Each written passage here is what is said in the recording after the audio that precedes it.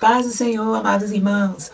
Hoje nós estamos aqui mais uma vez para meditarmos na palavra do Senhor. Está contida no livro de 2 Crônicas 34, 35 e 36. E hoje, hoje nós estamos finalizando o livro de 2 Crônicas. E eu sei que durante esse tempo os irmãos têm aprendido muito com as nossas irmãs que estão aí trazendo a palavra. E vamos observar o que o Senhor tem para falar conosco nesse dia. Amém?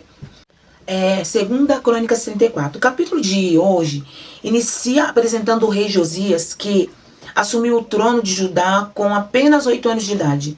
Embora sua pouca idade, ele se destacou como um líder piedoso e comprometido com Deus. A história de Josias nos lembra que a idade não é um obstáculo para buscarmos a presença de Deus. Independente da juventude, da experiência, podemos buscar a Deus com fervor e integridade. Ainda nesses primeiros capítulos, reparamos que Josias dá início à purificação do templo. No versículo mais ou menos 3, inicia falando que no 8º ano do seu reinado, Josias tinha aproximadamente 16 anos, quando começou a buscar a presença, buscar o Senhor Deus de Davi, de seu pai Davi, reafirmando sua legitimidade como rei. E a continuidade do pacto divino com a casa de Davi, o pacto que Deus fez com Davi. A restauração do templo de toda a terra de Israel foi um ponto crucial em seu reinado. Do versículo 8 em diante, descreve os passos tomados por Josias na restauração do templo e fala do cuidado que ele teve em designar pessoas responsáveis para garantir que aquela obra fosse perfeita e feita de acordo com as especificações divinas. Um dos pontos mais marcantes desse capítulo é a descoberta do livro da lei escrito por Moisés, encontrado pelo sacerdote Ilca, durante a restauração. Foi um ponto crucial na tomada da restauração do templo. E também na espiritualidade do povo de Israel. Foi a remoção de altares e práticas que havia sido introduzida ao longo dos anos. Josias também estava empenhado em purificar o templo e restaurar a adoração verdadeira a Deus. Esse é uma panorâmica mais dos primeiros capítulos do livro de 2 Crônica, onde nós vemos assim um jovem empenhado que ouviu e podemos dizer que a palavra de Deus nos diz que a fé vem pelo ouvir a palavra de Deus. Mas Josias, para ele buscar, ele primeiro teve que ouvir. Ele primeiro teve que ouvir alguém falar de Davi. Teve primeiro que ouvir alguém falar do Deus de Israel. E a Bíblia nos ensina que devemos ensinar a criança no caminho do Senhor e deixar ela vir até o reino de Deus. E Mateus fala que deixar vir a mim os pequeninos, porque dos tais é o reino de Deus. E quando a palavra foi introduzida na vida de Josias, aquela semente foi plantada dentro do coração dele. E aí, aos 16 anos, como uma semente, ela foi brotando, de conhecer, de ouvir os feitos de Davi, os feitos de Moisés, a ponto de dizer que aos 16 anos, ele, no 12º, aqui no capítulo 3 diz: porque no 8º ano do seu reino, sendo ainda moço, começou a buscar o Deus de Davi e purificar, e no 12º ano começou a purificar a Judá e a Jerusalém, dos altos do bosque, das imagens, das esculturas de fundição. Quando fala aqui ele começou ao 8º ano, ele tinha aproximadamente 16 anos. E no 12º, 16 anos, quando ele buscou conhecer quem era o Deus de Davi. E 4 anos depois, no 12º ano do seu reinado, porque ele começou a reinar aos 8 anos, no 12º, duodécimo seria no 12º ano do seu reinado, ele estava com 20 anos, quando ele começou a purificar o templo de Deus. E essa purificação, irmãs, nos traz a Bíblia, começou dentro dele, quando ele começou a ouvir a palavra de Deus, quando ele começou a conhecer esse Deus. Não foi da noite para um dia, Deus foi trabalhando, e a gente percebe que aquelas práticas, né, já vinha acontecendo há alguns anos, a ponto de que o povo tinha esquecido de Deus, do Deus de Davi, tinha esquecido das promessas de Deus, tinha esquecido do pacto pacto que Deus tinha feito com Salomão, que fazia, se meu povo que se chama pelo meu nome se humilhar e eu orar e buscar a minha face, ele estaria ali com o povo. Que o pacto que Deus fez com Moisés, que disse que se o povo andasse segundo os seus caminhos, ele estaria ali na presença. E a gente percebe que essas práticas mundanas, essas práticas de outros deuses, foram introduzidas por sacerdote. Porque no capítulo 4, diz assim que, aqui, e derrubaram perante... no 3, vou ler um pouquinho antes. No 12º, no ano, começou a purificar a Judá e a Jerusalém, dos altos dos bosques e das imagens e das esculturas de fundição. E derrubaram perante ele o rei, os altares Baalaim, e despedaçou as imagens que estavam acima dele, e os bosques, e as imagens das esculturas que fundiam, de fundição quebrou, reduziu a pó, e aspergiu sobre a sepultura daqueles que tinham sacrificados, e os ossos dos sacerdotes queimou sobre os seus altares. Assim purificou Judá e a Jerusalém. E a gente percebe que sacerdote, aquele povo que foi separado por Deus, os descendentes de Arão, que foram separados para a adoração de Deus, eles se corromperam e levaram essas práticas de falsos deuses para dentro da casa de Deus. E aí é interessante que ele, mesmo com pouca idade, ele ouviu a voz de Deus e ele deu início a uma restauração do templo. E aí já, do capítulo 8 em diante, nós percebemos que o tema até diz assim, Josias faz reparos ao templo, né?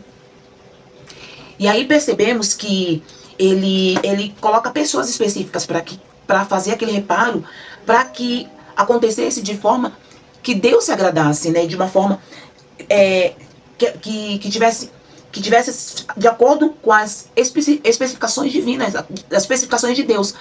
Mas mais à frente, no versículo 2 diz que estes homens trabalhavam fielmente na obra, sendo os seus superintendentes Jade, Obadias, levita dos filhos de Merari, como também Zacarias e Mesulão dos filhos dos coatitas, para adiantar as obras, todos os levitas que eram entendidos de instrumentos musicais. Estes também sobre os corredores e dirigiam todos os que trabalhavam em algumas obras, e dentre os levitas haviam escrivões e oficiais e porteiros. Aí no capítulo 14, no versículo 14, ele vem falando que Ilquias acha o livro da lei. E esse livro, e diz assim, Ilquias diz, e tirando eles o dinheiro que se tinha trazido à casa do Senhor, para a reforma da casa do Senhor, né, o sacerdote achou o livro da lei do Senhor, dado pela mão de Moisés. E Ilquias disse a Safã, escrivão, achei um livro da casa do Senhor. E Ilquias deu ao livro a Safã.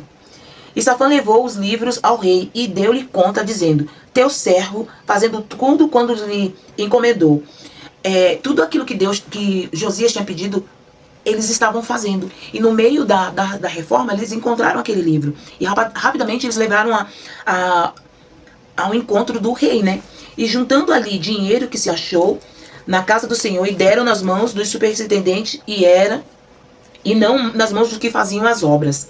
Além disso, Safã, o escrivão, fez saber ao rei, dizendo, o sacerdote Ilquias entregou-me um livro. E Safã Safã leu diante do rei. E sucedeu que, ouvindo o rei a palavra da lei, rasgou as suas vestes.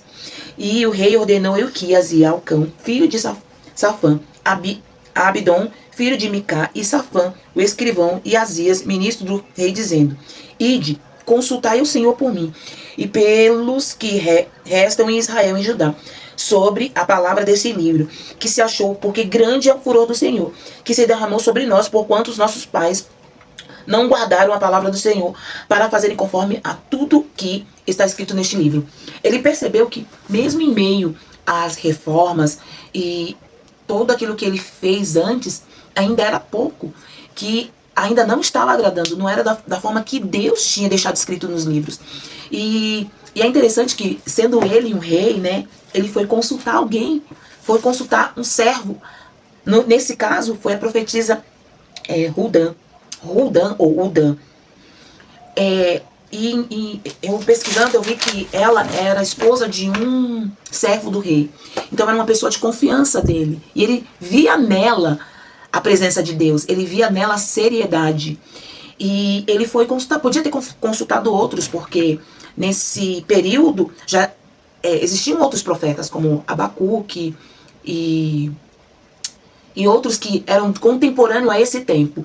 Mas ele foi consultar Hulda, né, sobre o que Deus tinha, o que ele podia fazer. Ele viu que aquela palavra ia mais além daquilo que ele estava entendendo, e ele precisava entender o que Deus realmente queria, o caminho que ele devia traçar.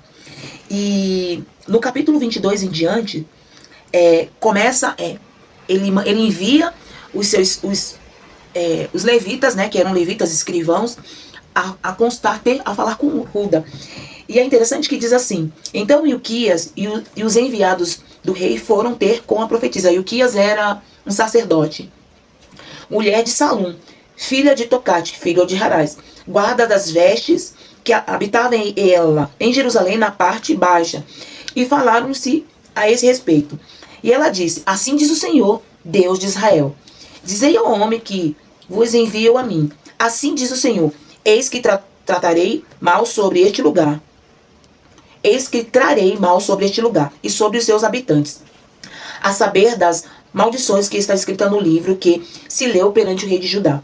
Porque me deixastes e queimaram incenso perante outros deuses, para me provocarem a ira com todas as obras das suas mãos. Portanto, o meu furor se derramou sobre este lugar, e não se apagará.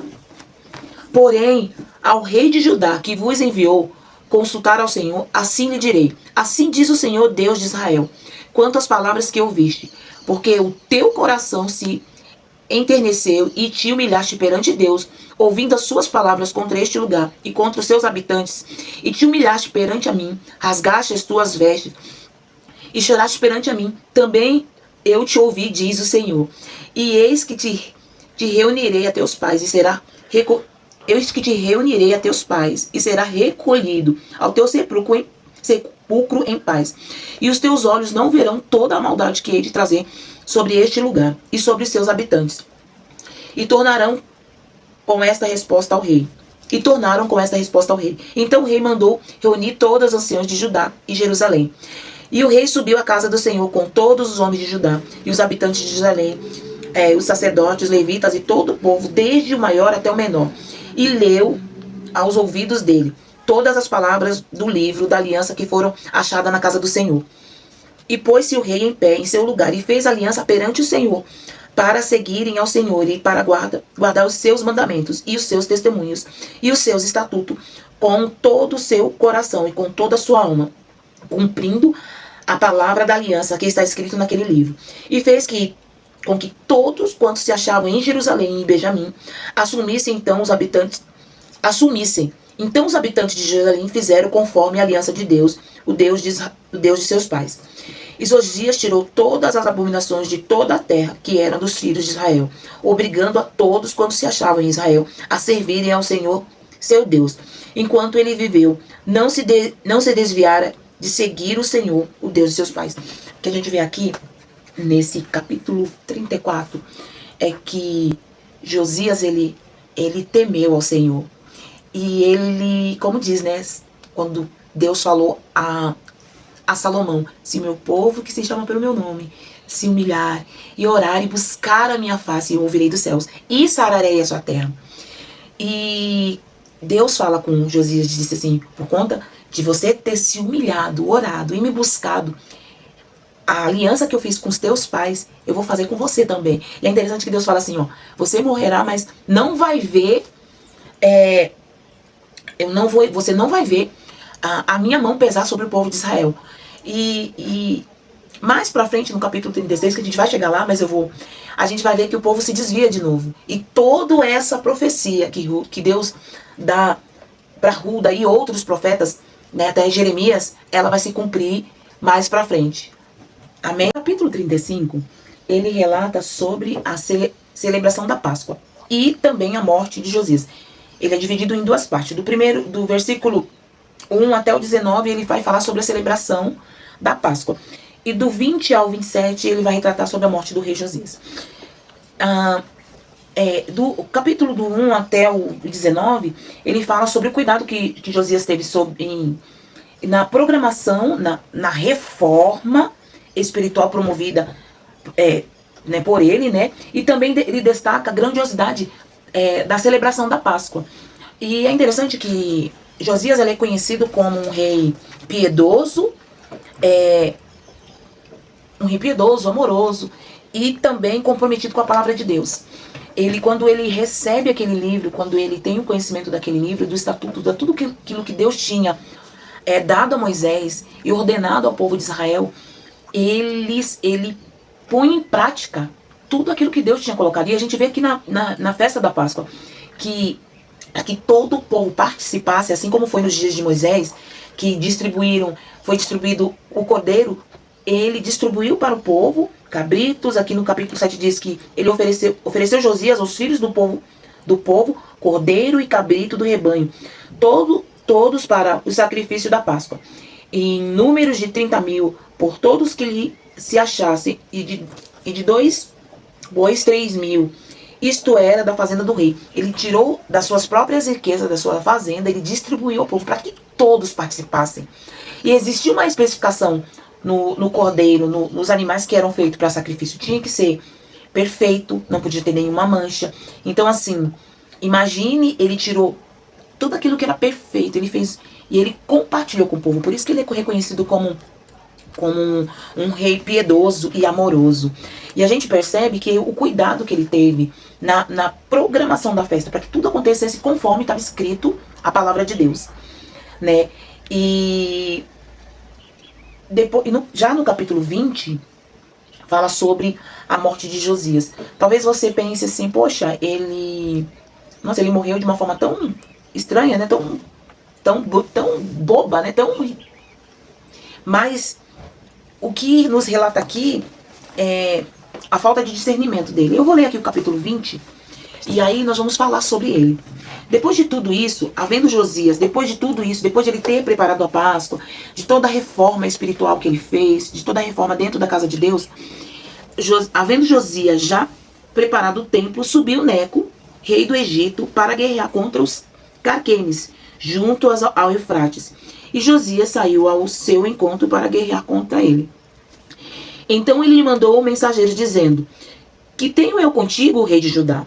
Não é contra ti que venho hoje, mas contra a casa que me faz guerra.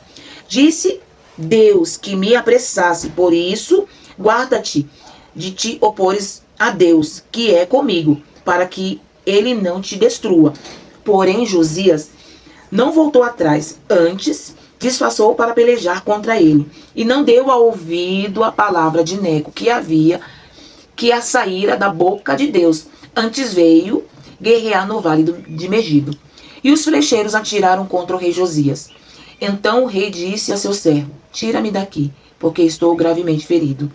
E os servos o tiraram do carro e o levaram no segundo carro que tinha, para Jerusalém, onde morreu. E sepultaram no sepulcro dos seus pais. Então todo Judá e Jerusalém tomaram luto por Josias. E Jeremias fez uma lamentação sobre Josias. Todos os cantores e cantoras nas suas lamentações têm falado de Josias até o dia de hoje, porque estabeleceram por estatuto em Israel. Estas estão escritas nas lamentações. Quanto ao mais dos atos de Josias e suas beneficências, conforme que está escrito na lei do Senhor. E os seus atos, tanto os primeiros como os últimos, eis que estão escritos no livro dos reis de Israel e de Judá.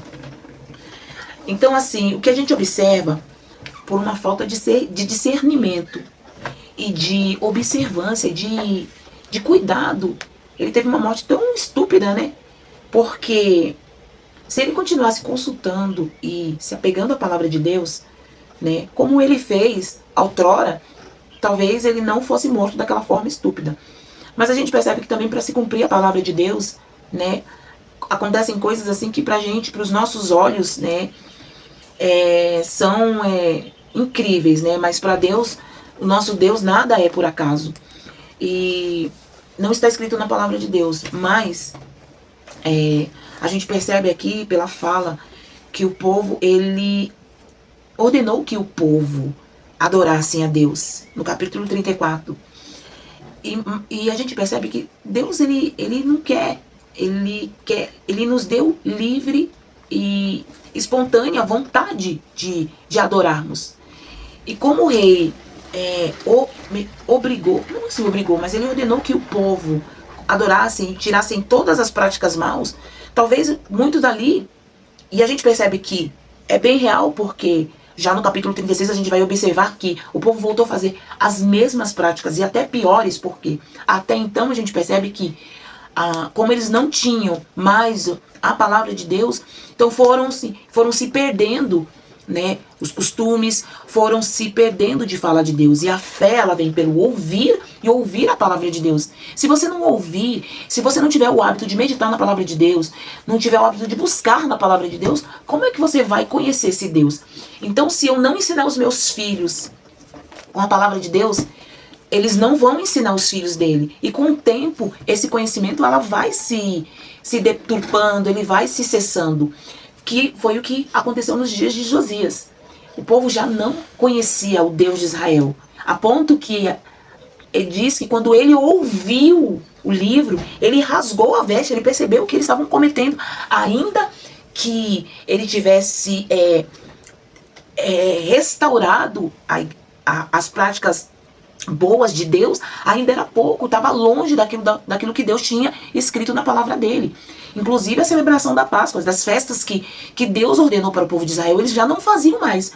Então a gente percebe que o povo, eles estavam fazendo porque era um decreto real. Então vamos cumprir. Mas não como se tivesse livre o seu coração, tivesse feito de espontânea vontade por amor a Deus. E a gente percebe no capítulo 36 que o povo se perdeu de novo, mas com conhecimento da palavra, porque a palavra estava ali na mão dos sacerdotes. E a gente percebe que eles voltaram a adorar a outros deuses. Então, assim, a morte de Josias, a gente percebe que foi falta de discernimento dele, quando Neco disse para ele: olha, o que tenho eu contigo? Eu não vim pelejar contra você. Porque Deus, e ele falou, Deus me enviou, mandou para que eu me apressasse. Mas não é com você. E muitas vezes, irmãs, nós pegamos pelejas que não é nossa, né? E ele nos ensina aqui que nós pegamos peleja que não é nossa. E Deus fala que não é pra gente entrar, e a gente, né, faz como Josias. Se desfaz e vai lá e entra. Às vezes você comenta, a pessoa te fala e você dá o seu parecer, que não é pra você dar parecer, não é pra você comentar, é pra você orar, é pra você apresentar a Deus. E aí onde a gente muitas vezes a gente pega a peleja que não é nossa, a gente sofre por nossas ações. E foi assim com Josias. Ele morreu por conta de uma ação impensada dele. E fica essa lição para nós. Temos cuidado, observarmos, termos a nossa vida completamente segundo a vontade de Deus e agirmos segundo a vontade de Deus. Para termos cuidado, né, para estarmos debaixo das poderosas mãos do Senhor. Porque uma vez que você sai um pouquinho, é uma brecha que você dá para o inimigo te lançar uma seta. Como lançou aqui, uma flecha. Essa flecha pode ser de morte, como aconteceu com Josias, mas, ou não, ou pode ser algo que te fira e te deixe muito doente, né? Que te cause um dano muito grande. Então, irmãos, vamos observar a palavra de Deus, vamos observar o que o Senhor tem para nós nos nossos dias, vamos andar segundo a vontade de Deus, porque é isso que o Senhor quer. Deus, ele quer o nosso melhor, e o que Deus tem para nós é sempre o melhor. Amém? No capítulo de 36 de 2ª Crônica, a gente tem uma panorâmica sobre os 4 últimos reinos de Jerusalém, de Israel, né? Ele narra sobre o trágico fim desses reinados e ele resume o reinado dos 4 últimos reis, né? Da destruição antes de Jerusalém ser o povo levado ao cativo babilônico, né? E também no finalzinho ele fala sobre a promessa que é feita, né, do retorno do povo, depois de 70 anos do povo a Jerusalém por Ciro. E ele é mais ou menos dividido em 3 partes, né? Fala sobre o Joacás, reino que é levado a cativo, depois Joaquim reina, e o reinado de Zedequias. E dentre esses, né, Joacás, ele reinou apenas 3 meses, até que foi deposto pelos egípcios, né, pelo rei do Egito. E aí o rei do Egito, ele colocou seu irmão no lugar no trono, né? E aqui no versículo 5 diz que e era Joaquim de 25 anos de idade quando começou a reinar. E reinou 11 anos em Jerusalém e fez o que era mal aos olhos do Senhor. E aí fala assim, e subindo, pois, contra ele, Nabucodonosor, rei de Babilônia, e o amarrou com cadeias para levar a Babilônia. Também alguns dos vasos da casa do Senhor, Nabucodonosor, os levou para a Babilônia e os pôs no templo. Né? Então fala ele dá uma panorâmica, porque ele não entra bem, a gente vai ver essa história melhor nos livros de Jeremias, nos livros de Daniel, de Ezequiel. Então a gente vai ver desde o momento que Joaquim começou a reinar e as coisas que ele fez que foram abomináveis a Deus, né? Cumprindo a profecia de Uda e de outros profetas, assim, Jeremias, Abacuque, né? De Sofonias, cumprindo a palavra de Deus, que disse que a Josias, que ele não veria porque ele se arrependeu, mas haveria reinos, né, que não se arrependeriam e Deus pesaria sua mão. E a gente vê aqui nesse capítulo 36 a profecia se cumprindo, né, quando o versículo diz que Joaquim fez mal, que era os olhos de Deus, e a gente vê que o povo, depois da morte de Josias, houve um declínio tanto político como espiritual. Que o povo voltou a fazer as mesmas práticas, né? Adorar falsos deuses e levar isso para dentro do templo. A ponto que Deus dá a visão para Ezequiel, que o templo estava sendo profanado. Só que a gente percebe que no capítulo, nos anos anteriores a Josias, o povo fazia porque a palavra de Deus tinha se perdido no meio do povo, né? Tinha sido escondida e tinha se perdido. Então, eles faziam aquilo que eles tinham aprendido. Talvez naquele tempo, naqueles dias, era comum. Só que já nesses dias de Joacás e de Joaquim, eles tinham a palavra na mão. Eles tinham conhecimento da palavra. E ainda assim praticavam o que era mal. Então, e não se arrependeram. Porque nós vemos no livro de Jeremias quantas vezes Jeremias vai até o povo, e vai até o sacerdote, e vai até o rei, pedindo para que ele se arrependesse. E o povo não, e os líderes não se arrependeram. E por isso que foram levados ao cativo, né? E muito dos povos também praticavam, muito do povo praticava, né, coisas abomináveis aos olhos de Deus. Mas como a gente sabe, né, existem os remanescentes ali, como Daniel, Jeremias e muitos outros que estavam praticando a palavra de Deus, que não se dobraram às práticas mundanas e às práticas daqueles de sacrifício a outros deuses. Mas o povo pereceu, eles foram levados ao cativo. Então, praticamente o capítulo 36 né, de Segunda Crônica, ela fala sobre, né, o declínio do povo, o povo sendo levado ao cativo, e também a promessa que Deus fez, né, que após os 70 anos de cativo o povo seria liberto. E aí fala que nos últimos 3 versículos diz assim: para que se cumprisse a palavra do Senhor pela boca de Jeremias, até que a terra se agradasse dos seus sábados, todos os dias da assolação repousou, até que os 70 anos se cumpriram. Porém, o primeiro ano do